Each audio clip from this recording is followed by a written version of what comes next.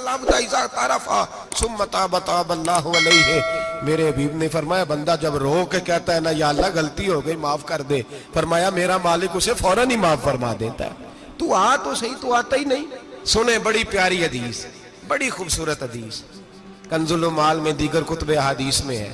حضرت ابو ہریرہ رضی اللہ تعالیٰ عنہ فرماتے ایک بابا جی نبی پاک کی بارگاہ میں آئے, اور جب وہ واپس جانے لگے تو میں نے عمر پوچھی تو عمر تھی 96 سال.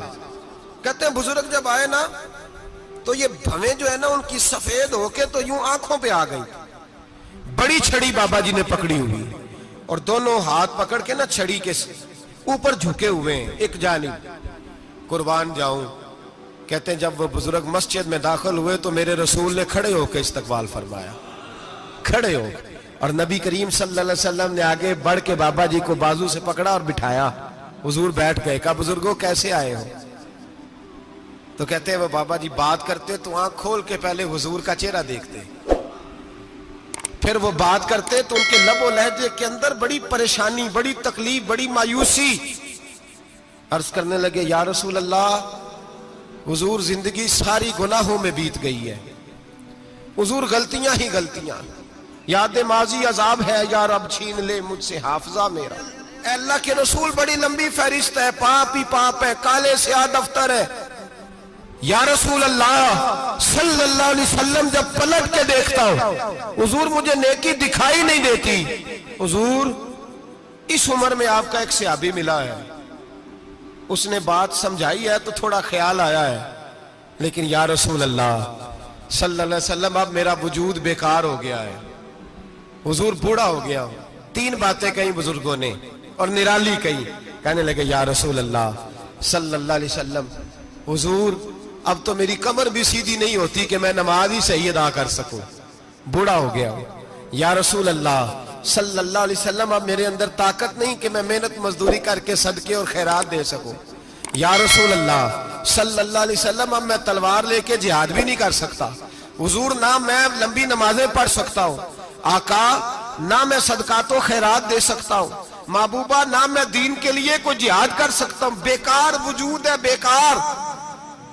بیکار وجود کو تو گھر والے برداشت نہیں کرتے, بچے دعا کرتے ہیں یا اللہ ابا جی کو پردہ دے دے, اماں کو پردہ دے دے. بیکار ہو گیا ہوں اور آج آیا ہوں تو مجھ بیکار کو میرا رب قبول کر لے گا.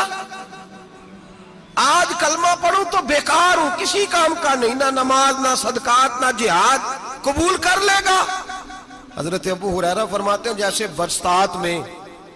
برسات میں بارش کی جھڑی لگتی ہے, یوں مصطفیٰ کی آنکھوں سے جھڑی لگ گئی. حضور کھل کے روئے, کھل کے. اور میرے حبیب پاک نے فرمایا بزرگوں بڑے مجاہد ہیں, دین کے لیے جہاد کرنے والے بڑے ہیں, رب کریم کو آپ کی تلوار کی اتنی حاجت نہیں. اور فرمایا اس کے خزانے کوئی خالی تو نہیں کہ آپ ہی گویا صدقہ دیں گے تو بھرے جائیں گے. اور فرمایا پھر رب کریم کی شان میں اضافہ نہیں کرتی عبادتیں, وہ تو بندے کو نفع دیتی ہیں. میں بزرگوں نہ آپ جہاد کریں, نہ آپ صدقات دیں, لا لمبی نمازیں پڑھیں, آپ صدق دل سے آ جائیں, اللہ کے رسول کا وعدہ ہے رب آپ کو بغیر حساب کتاب جنت عطا فرما دے گا.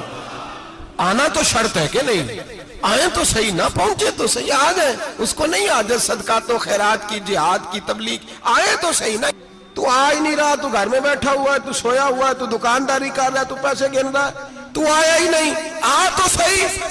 بلکہ میرے نبی پاک فرماتے ہیں جب اللہ پاک کا بھاگا ہوا غلام آتا ہے پھر تو اللہ زیادہ راضی ہوتا ہے, پھر تو اللہ زیادہ راضی ہوتا ہے, زیادہ راضی ہوتا ہے. تو آ تو صحیح, پہنچ تو صحیح.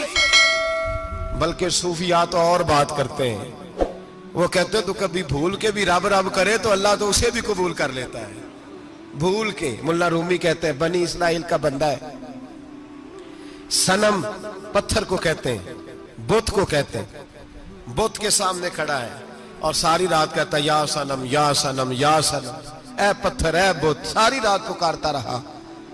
رات گہری ہو گئی, نیند کا غلبہ, تھک گیا, سونے کے قریب آیا تو غلطی سے منہ سے نکل گیا یا صمد, یا صنم کی جگہ نکل گیا. رب کریم نے فرمایا جبریل دوڑ کے جا, جو مانگتا ہے اسے دے دے. حضرت جبریل عرض کرتے ہیں مولا بھول کے تیرا نام لے رہا ہے, بھول کے لے رہا ہے تو رب کریم نے فرمایا چل نام تو میرا ہی لے رہا ہے نا، میرا لے رہا ہے نا یا اللہ۔ وہ اللہ کریم نے فرمایا جھوٹے کے سامنے ساری رات کا کھڑا ہے، ساری رات کا پکار رہا ہے، اسے کچھ نہیں ملا تو سچے کا نام لیا ہے۔ اگر میں بھی کچھ نہ دوں اور بت میں اور مجھ میں فرق کیا رہ جائے گا؟ جا جو مانگتا ہے جھولی بھر کے دے، نام تو لیا ہے نا۔ او بھائی تو بہانا تو بنانا، او آ تو صحیح نا، تو یہاں آ جا، پہنچ جا، آ جا، بس بیٹھ جا، اس کی بارگاہ ناز میں حاضر تو ہونا، تجھے فرصت ہی نہیں۔ تو یاروں کے لیے ٹائم نکالتا ہے، بازاروں کے لیے ٹائم نکالتا ہے، گلیوں کے لیے ٹائم نکالتا ہے، چوکوں چوراہوں کے لیے ٹائم نکالتا ہے، ہفتے میں ایک دن ہوٹلنگ کے لیے بھی جاتا ہے، لیکن کبھی چھپ کے 2 نفلوں کی تجھے توفیق نہیں ہوتی۔ اور میں کئی دفعہ کہہ چکا ہوں، جس بندے کو بغیر عبادت کے رزق زیادہ ملنے لگ جائے اس پر آزمائش ہوتی ہے رب کریم کی۔ اللہ فرماتا ہے اس کو پیسے دو، اسے آنے نہ دینا، اس کو چل پیسے دوڑ جا۔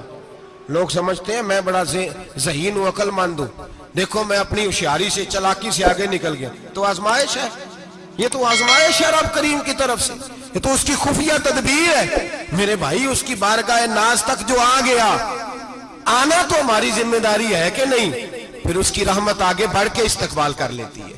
اور خدا کی رحمت کتنی زیادہ ہے، میرے حبیب کریم سید عالم صلی اللہ علیہ وسلم نے فرمایا اللہ نے اپنی رحمت کے 100 حصے کیے۔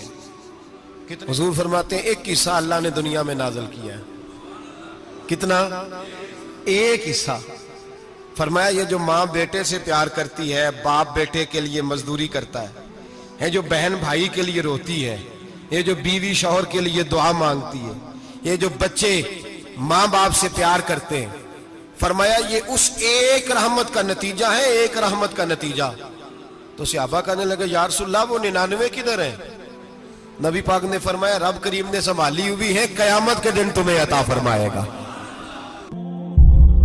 آخر میں آپ لوگوں سے گزارش ہے کہ اگر آپ کو ہماری یہ کوشش پسند آئی ہو تو اسے زیادہ سے زیادہ صدقہ جاریہ کے طور پر شیئر کریں۔ اللہ آپ سب کو اپنی حفظ و امان میں رکھے، آمین۔